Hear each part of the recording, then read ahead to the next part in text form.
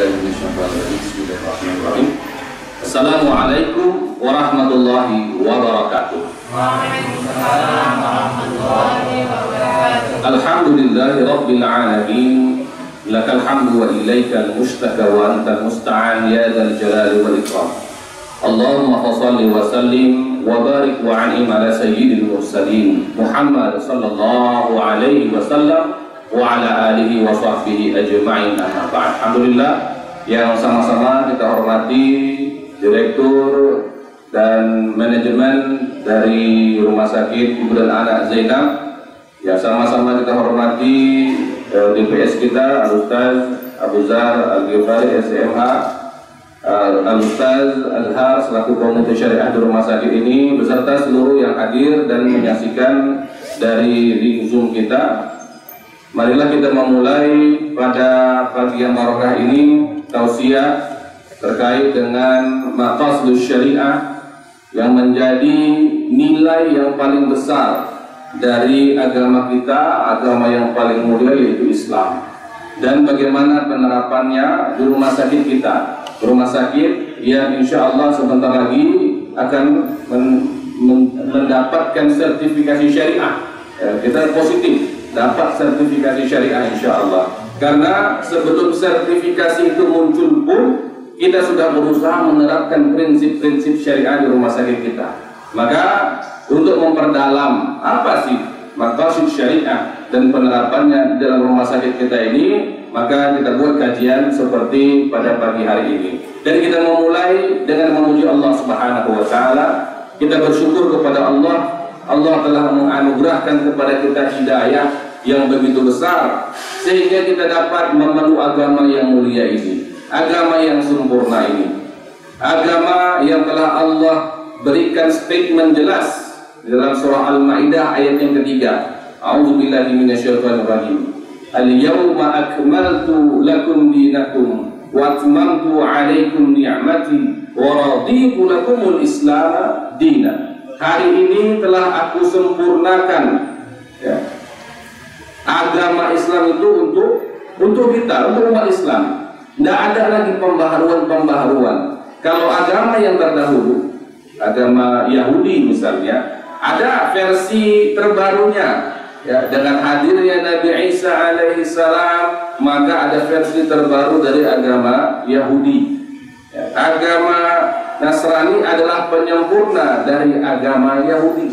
Kedatangan Nabi Isa alaihissalam adalah penyempurna syariat sebelumnya. Lalu setelah masanya Nabi Isa alaihissalam, ada versi terbaru lagi dari syariatnya Allah Subhanahu wa taala dengan hadir dan datangnya Nabi Muhammad sallallahu alaihi wasallam. Dan setelah itu tidak ada lagi nabi, khatamun nabiyyin wal mursalin. Rasulullah adalah penutup segala nabi dan rasul. Agama telah sempurna, tidak ada lagi versi-versi terbaru. Maka kita bersyukur kepada Allah, kita hidup, berada dan memeluk agama dengan versi yang paling sempurna ini. Kita bersyukur kepada Allah karena tidak mudah untuk menjadi seorang muslim. Tidak mudah. Betapa banyak orang yang mungkin merasakan indah sekali Islam itu, tapi dia tak mampu untuk mengucapkan asyhadu an la ilaha illallah wa asyhadu anna Muhammadar Rasulullah. Luar biasa susahnya. Kita bersyukur, alhamdulillah. Kita dari kecil sudah memeluk agama Islam. Kemudian sholawat dan salam kita tentu tak lupa kita ucapkan pada baginda Muhammad sallallahu alaihi wasallam. Karena beliaulah kita bisa menikmati indahnya Islam. Beliaulah yang menjadi rantai utama dari hidayahnya Allah Subhanahu wa taala kepada kita. Dari Rasulullah, beliau mendidik para sahabat. Lalu sahabat mendidik para tabi'in. Dari tabi'in mendidik para tabi'in hingga kepada masa di mana Islam menyebar melalui jalur-jalur perdagangan, lalu sampailah ke Nusantara. Sampailah agama Islam ini kepada nenek moyang kita. Dari nenek moyang kita terus turun-temurun sampai kepada kita. Alhamdulillah. Berkat Rasulullah sallallahu alaihi wasallam kita bisa mengenal Allah. berkat Rasulullah Sallallahu Alaihi Wasallam kita bisa menikmati indahnya cahaya Islam. Tanpa beliau kita mungkin masih menyembah batu, menyembah berhala, menyembah patung, menyembah pohon-pohon. Maka sebagai umat yang benar-benar bersyukur, benar-benar berterima kasih kepada Rasulnya, perbanyaklah salawat kepada beliau. Allahumma sholli ala Sayyidina Muhammad wa ala ali Sayyidina Muhammad. Hadirin jamaah yang dimuliakan Allah, ketika Allah Subhanahu wa Ta'ala telah menurunkan agama Islam ini dengan penuh kesempurnaan, Allah menuntut kepada kita agar ketika kita memeluk agama Islam, kita memeluk agama Islam dengan sempurna, bukan setengah-setengah. Makanya firman Allah Subhanahu wa Ta'ala menyebutkan udkhulu fis-silmi kaffah. Ya, masuklah ke dalam agama Islam secara sempurna, bukan setengah-setengah. Yang setengah-setengah itu umat Yahudi itu. Ya, yu'minuna bi ba'dil kitab wa yakfuruna bi ba'd. Ya, mereka beriman kepada sebagian ayat yang enak-enak. Ya, wa yakfuruna bi ba'd. Yang susah-susah mereka ingkar, enggak mau nih. Enggak bisa begitu. Islam telah sempurna. Kalau ingin memeluk agama Islam, ikutilah ajarannya secara sempurna. Kita serahkan diri kita seutuhnya untuk ikut dan taat aturannya Allah Subhanahu wa Ta'ala. Begitulah kita yang dinamakan dengan Islam kafah. Nah, karena Islam ini kafah, sempurna, meliputi segala hal, lalu bagaimana penerapannya di dalam kehidupan kita? Tentu setiap profesi yang kita jalani, setiap kehidupan yang kita jalani itu memiliki segmen-segmen tersendiri di dalam agama Islam. Ada keistimewaan dan kekhususan yang ada di dalam Islam diberikan kepada kita. Misal orang sakit, dia memiliki segmen tersendiri di mana diberikan rukhsah. Tidak sanggup sholat berdiri, dia sholatnya duduk. Tidak sanggup sholatnya duduk, sholatnya sambil berbaring, bukan sambil tidur. Tidak boleh sholat sambil tidur. Mana lah pula lagi tidur sholat, ya, sambil berbaring. Nah, itu boleh. Tapi apakah kita yang sehat kemudian boleh sholat sambil berbaring? Tidak. Segmen ini khusus untuk orang yang sakit. Orang yang dalam perjalanan, boleh tidak mereka tidak berpuasa? Boleh. Bagi orang yang dalam perjalanan ada segmentasi khusus di dalam Islam, rukhsah keringanan, mereka tidak berpuasa. Kita yang tidak dalam perjalanan boleh kita tidak puasa? Tentu tak boleh. Jadi kita lihat, ya, begitu sempurnanya Islam meliputi seluruh kegiatan dan aktivitas manusia, maka kita harus memperhatikan kita berada di segmen mana. Dan untuk memahami hal ini, kita harus memahami dulu maqasidus syariah. Apa maqasid syariah? Maqasid itu jamak dari kata maqsud, ya, tujuan dari sebuah syariat. Ya. Islam ini Allah turunkan dan Allah berhikmah di sana sebagai tujuannya. Misal, ketika diwajibkan jihad fisabilillah. Kalau namanya jihad itu kan perang. Kalau perang itu kehilangan nyawa, kehilangan harta, luka-luka, ya kan? Kenapa Allah mewajibkan kita berperang yang bisa menyebabkan hilang nyawa kita, terluka kita, terpotong anggota tubuh kita? Ini yang disebut dengan hifzuddin, menjaga agama. Kenapa ada orang yang masuk Islam, ya, lalu kemudian dia keluar dari agama Islam, kemudian dia mengolok-olok, oh tidak bagus Islam itu. Ya, sengaja dia masuk Islam lalu keluar lagi demi mengolok-olok agama Islam, halal darahnya. Halal darahnya, boleh dibunuh. Kenapa? Hifzuddin, menjaga agama. Tak boleh ada orang yang mengolok-olok agama. Kalau memang dia mau masuk Islam, masuklah benar-benar. Kalau tujuannya mengolok-olok, nyawa engkau taruhannya. Jangan mengolok-olok agama. Orang luar saja pura-pura masuk Islam, lalu keluar lagi dengan mengolok-olok, itu halal darahnya, apalagi yang sudah ada di dalam. Itu namanya hifzuddin, menjaga agama. Itu berada di atas segalanya. Li'ila'i kalimatillah. Itu namanya menjaga agama. Nah, ini adalah maqasid, bagian dari maqasid syariah. Maqasid syariah atau tujuan dari agama itu mengandung 5 unsur. Yang pertama namanya hifzuddin, ya, menjaga agama yang disebutkan tadi, menjaga agama. Lalu yang kedua disebut dengan hifzun nafas, menjaga nyawa. Itu kenapa di dalam syariat Islam makan bangkai, makan daging babi yang hukum asalnya haram, boleh kita makan daging babi? Nah, boleh. Tapi kalau kita dalam keadaan idrar, dalam keadaan darurat, dalam keadaan bahaya, kalau nggak kita makan dan tak ada makanan lain, kita bisa celaka, kita bisa mati, maka dibolehkan. Ya, sekedar supaya kita tak mati, bukanlah pula pesta. Malah pesta, nggak ada makanan lain, adanya babi sini Ustaz. Jadi ya kami pesta makan babi, la ilaha illallah. Ya nggak gitu juga kan? Nggak gitu juga. Tetapi yang penting dia menjaga nyawa, jangan sampai nyawa ini hilang. Lalu yang ketiga disebut juga ada namanya hifzul akal, menjaga akal, ya, kewarasan, kesadaran kita. Dan itulah kenapa diharamkan minum khamar. Kalau orang sudah hilang akal, dia tak tahu lagi mana baik, mana buruk, ya, mana istri dia, mana istri orang, tak tahu lagi dia, nampak sama rata semua, kan bahaya. Ya, bahaya. Maka Islam mengharamkan minum khamar. Gitu. Lalu kemudian ada namanya hifzun nasl. Apa hifzun nasl? Menjaga keturunan. Itulah kenapa Islam mengharamkan zina. Kenapa kalau namanya zina terus terjadi pembuahan, anak siapa? Bingung kita tahu, tak tahu anak siapa ini. Pernah ada kejadian di salah satu KUA.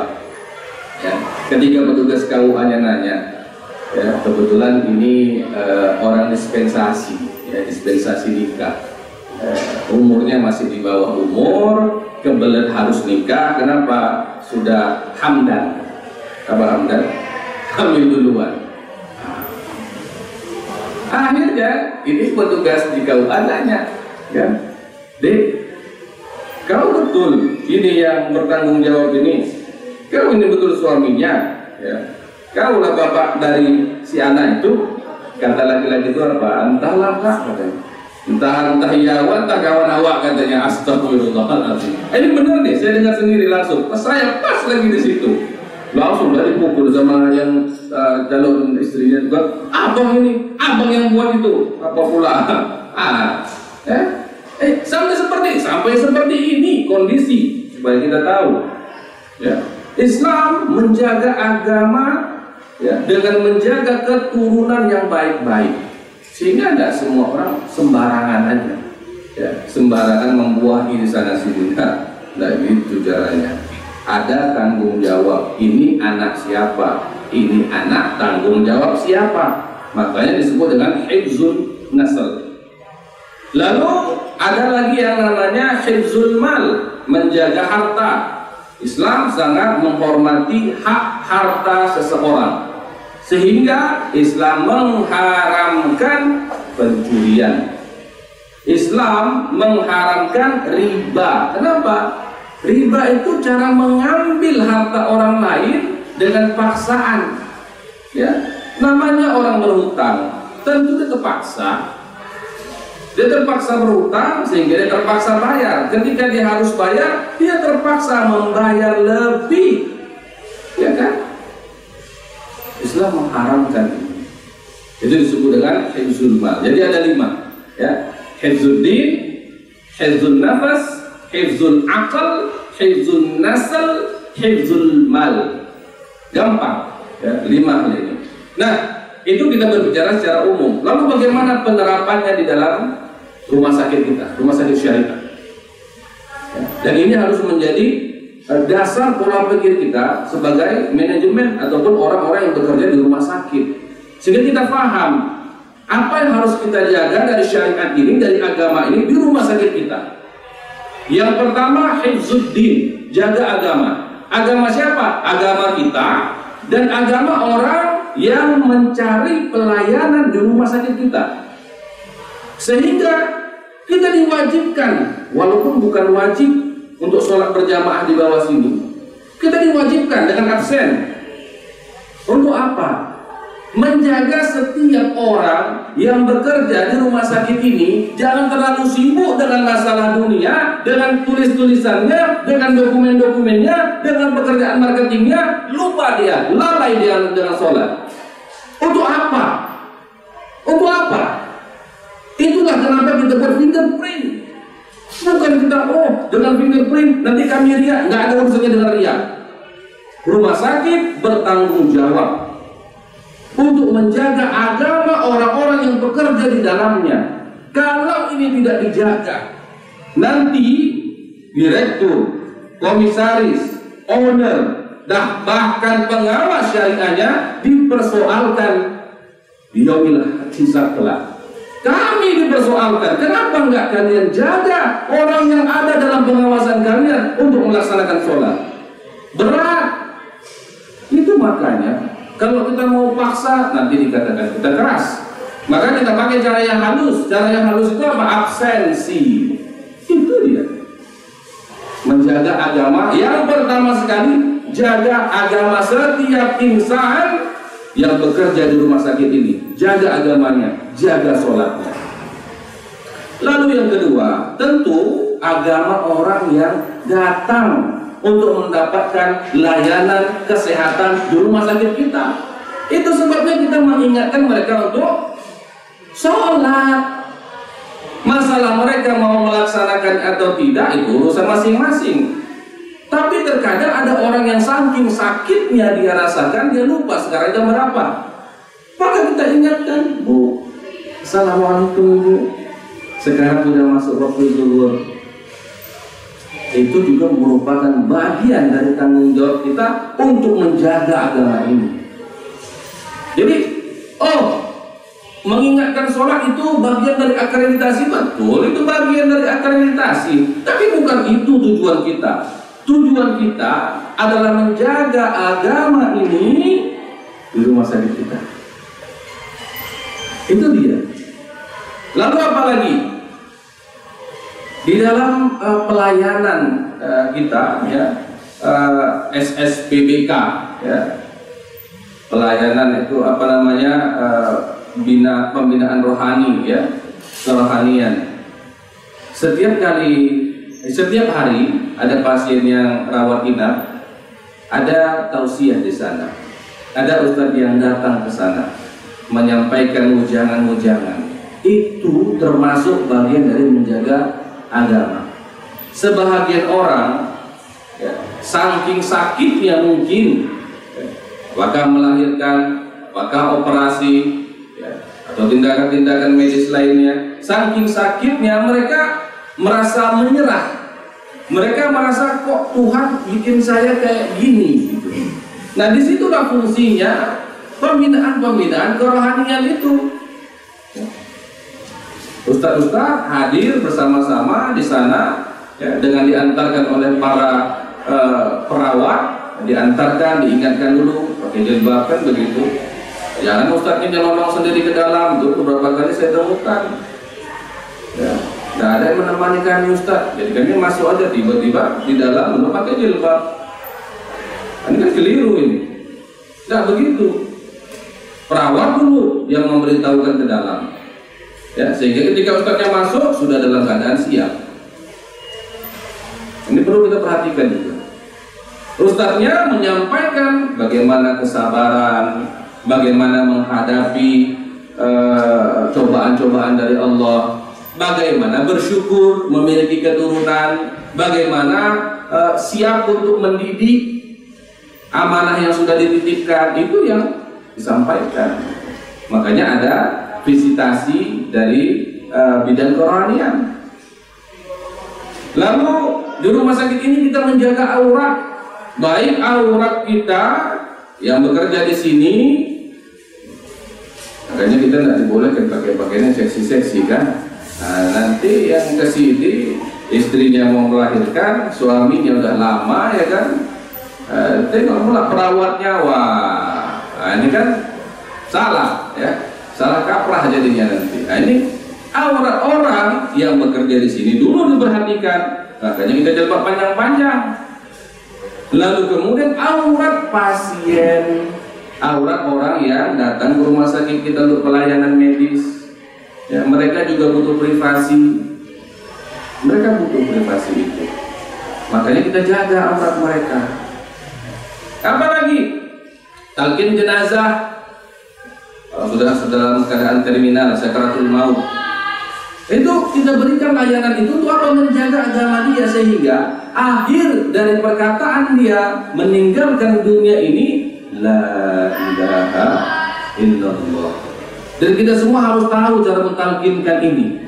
Harus, supaya apa? Supaya kita tahu bagaimana memperlakukan orang tua kita yang juga akan meninggal. Orang tua kita kan juga akan meninggal, pasangan kita juga akan meninggal. Kalau kita tak tahu mentalkinkan ini, terus nanti kalau mereka mau meninggal, bagaimana? Panggil orang, panggil ustaz? Enggak, keliru. Ini talqin jenazah bukan hanya untuk orang, tapi untuk diri kita dulu, keluarga kita, orang tua kita, saudara kita, paman kita, bibi kita, pasangan kita, atau mungkin anak kita. Ini talqin. Karena apa? Orang yang akhir kalimatnya la ilaha illallah Muhammadur Rasulullah dasarul jannah, masuk surga. Kita harap dan harapan kita semua masuk surga, dan semua orang yang meninggal di rumah sakit kita masuk surga. Kan itu dia. Lalu apa lagi? Pemulasaran jenazah. Nah, itu juga ya, sesuai dengan syariah. Itu kita menjaga agama orang tersebut. Ada lagi ruqyah. Ruqyah itu termasuk, tapi tidak mestilah ruqyah sampai terbang-terbang ya kan. Nah, mesti juga begitu. Maksud ruqyah ini ya, membacakan ayat-ayat Al-Quran, berzikir yang menenangkan hati. Ala bizikrillahi tatma'innul qulub. Dengan berzikir itu tenang hati gitu. Ya, setidak-tidaknya tenang hati pasien kita itu. Kita ruqyah, ya, subhanallah. Nah, kemudian termasuk juga kalau dalam standar syariah namanya SSPO, masalah obat.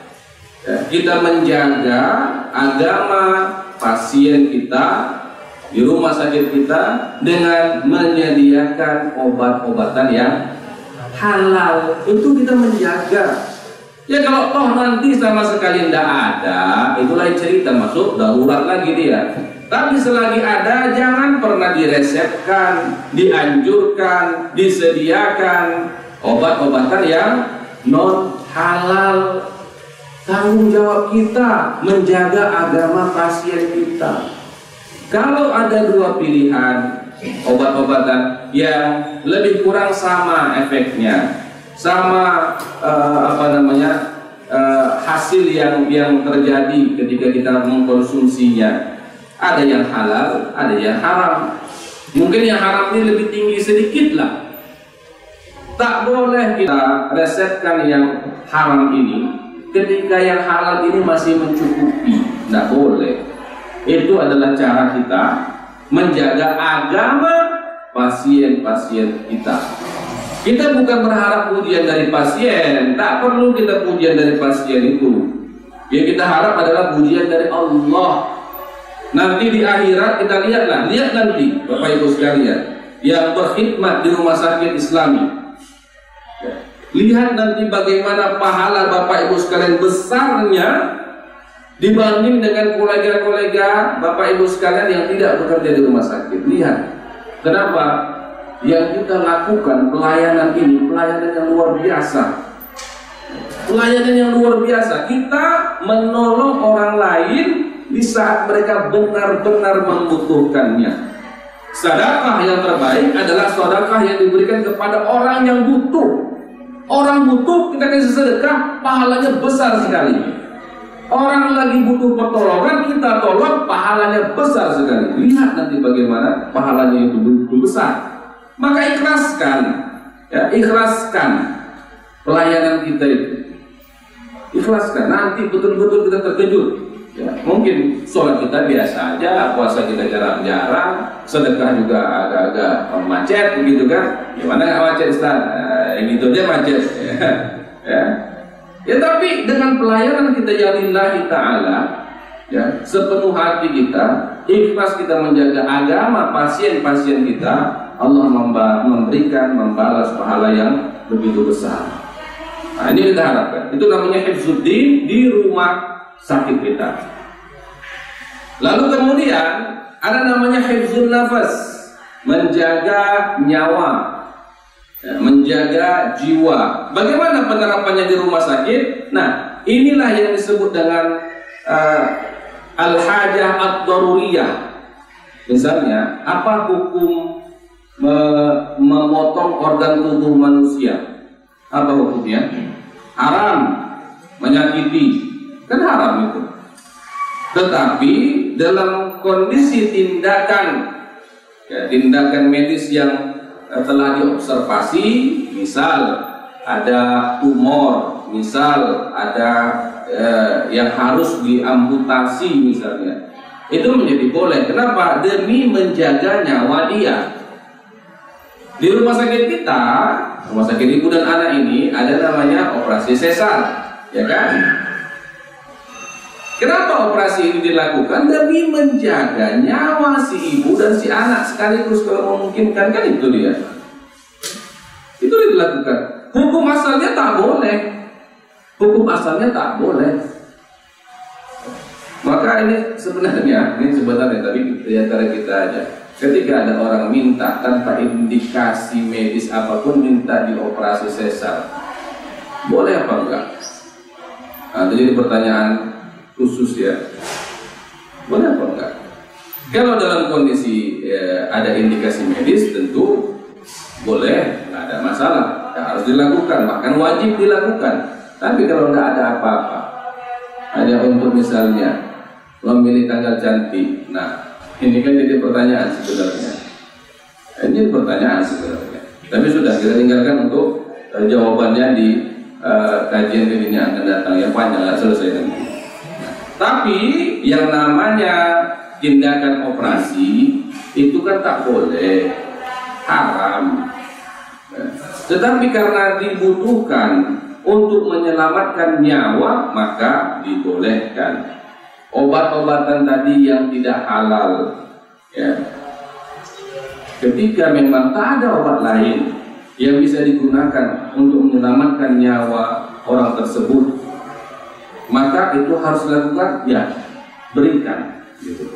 Itu namanya menjaga nyawa.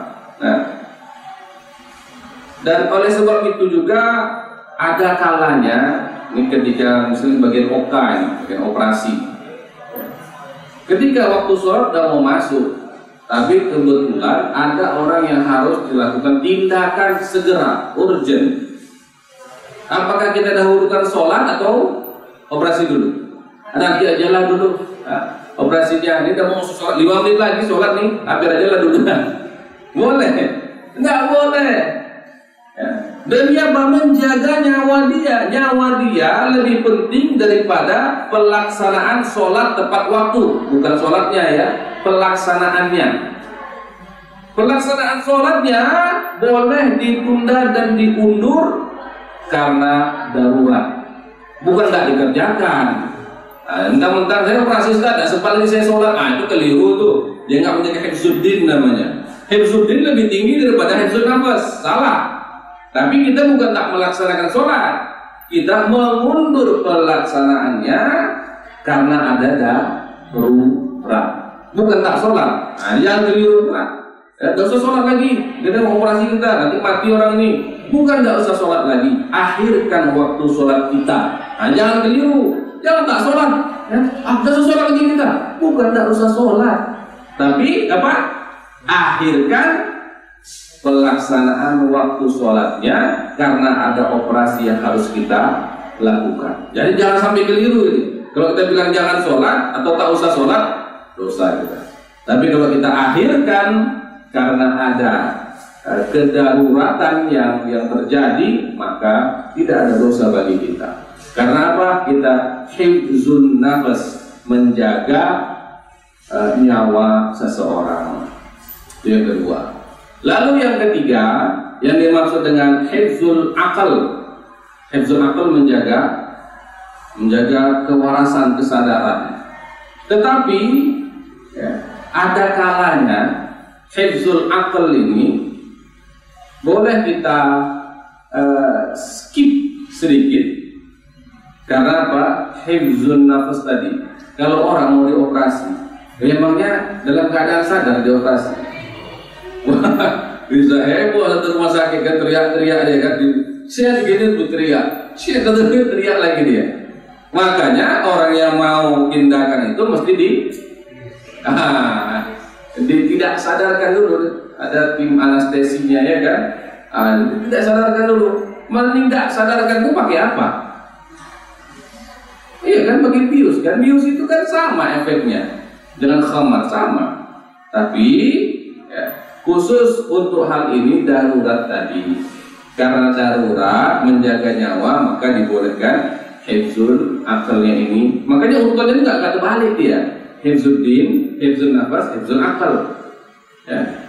Hifzul akal ini bisa kita skip untuk menjaga hifzul nafas tadi. Tidak terbalik dia urutannya itu.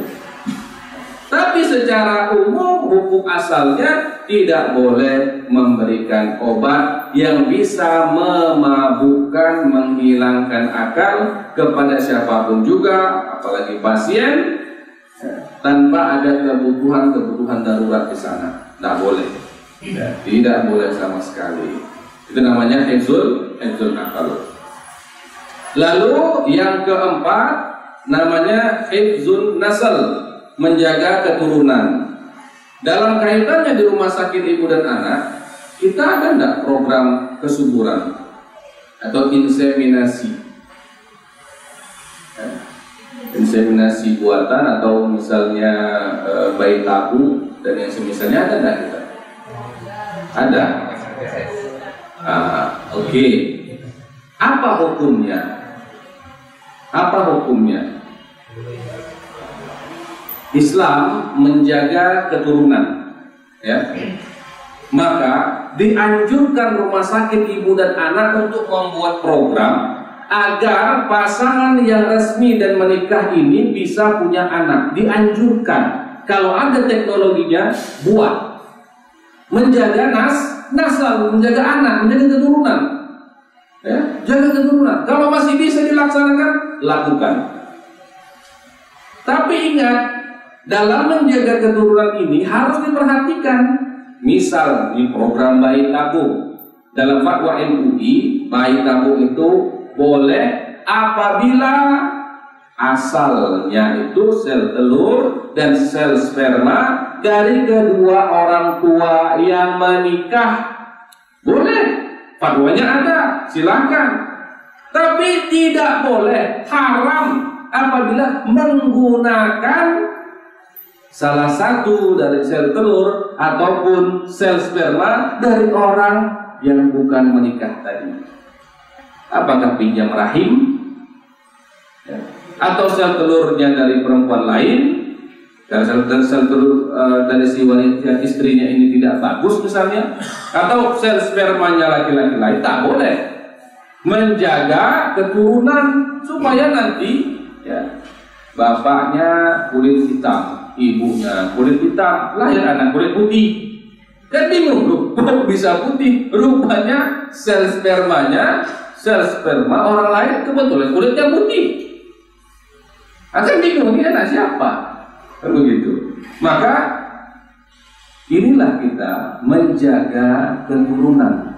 Dan termasuk menjaga keturunan, Bapak Ibu sekalian, adalah kita menjaga betul amanah anakku, jangan sampai tertukar. Jangan sampai tertukar. Itu betul-betul kita amanah di situ. Jangan sampai tertukar pula. anak si A ketukar anak si B. Nah, ini gawat pula, ini bisa jadi kejadian yang sangat buruk sekali kalau sempat terjadi. Ya. Itu kenapa kita sampai sebegitunya ketat menjaga keturunan? Iya, dapat pahala kita di situ. Kita jaga keturunan orang tua, dapat pahala besar. Pokoknya banyak sekali pahala di sini. Saya memandang Bapak Ibu sekalian ini dengan pandangan ihtiram, dengan pandangan takzim, pandangan hormat saya melihat. Kenapa banyak sekali pahala Bapak Ibu ini? Banyak sekali, banyak betul. Ahli surga insyaallah. Ya, amin. Itu yang keempat. Dan yang terakhir, hifzul mal, menjaga harta. Di rumah sakit bagaimana penerapannya? Tidaklah halal kita ambil, kita bebankan jasa rumah sakit lebih besar daripada yang mereka dapatkan. Haram. Kalau memang itu perlu tindakan, ambil tindakan. Kalau tak perlu tindakan itu dilakukan, tidak usah dibuat-buat perlu tindakan itu. Ini harus begini Pak, harus begini Bu. Kalau tidak ini bahaya, padahal tidak ada bahaya. Haram kita ambil itu.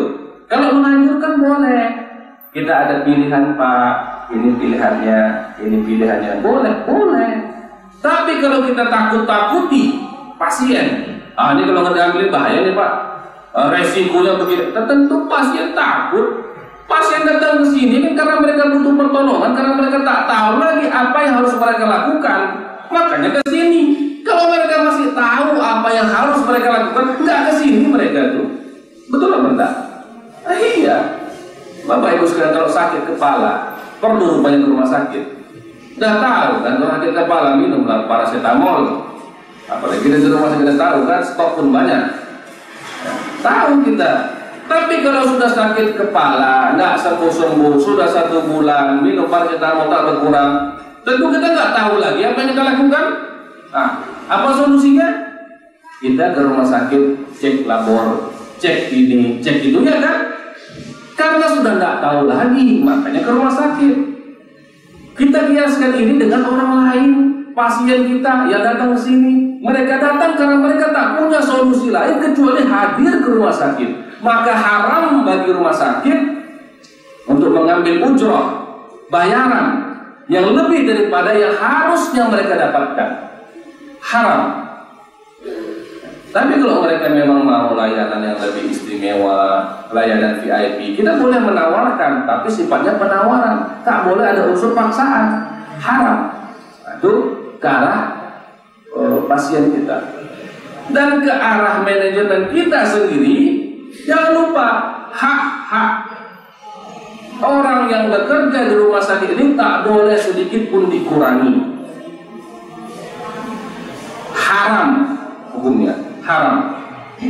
Nah, ini yang harus kita pahami bersama. Sehingga jangan nanti kita hanya mengarahkan haram ke orang, tidak haram ke diri.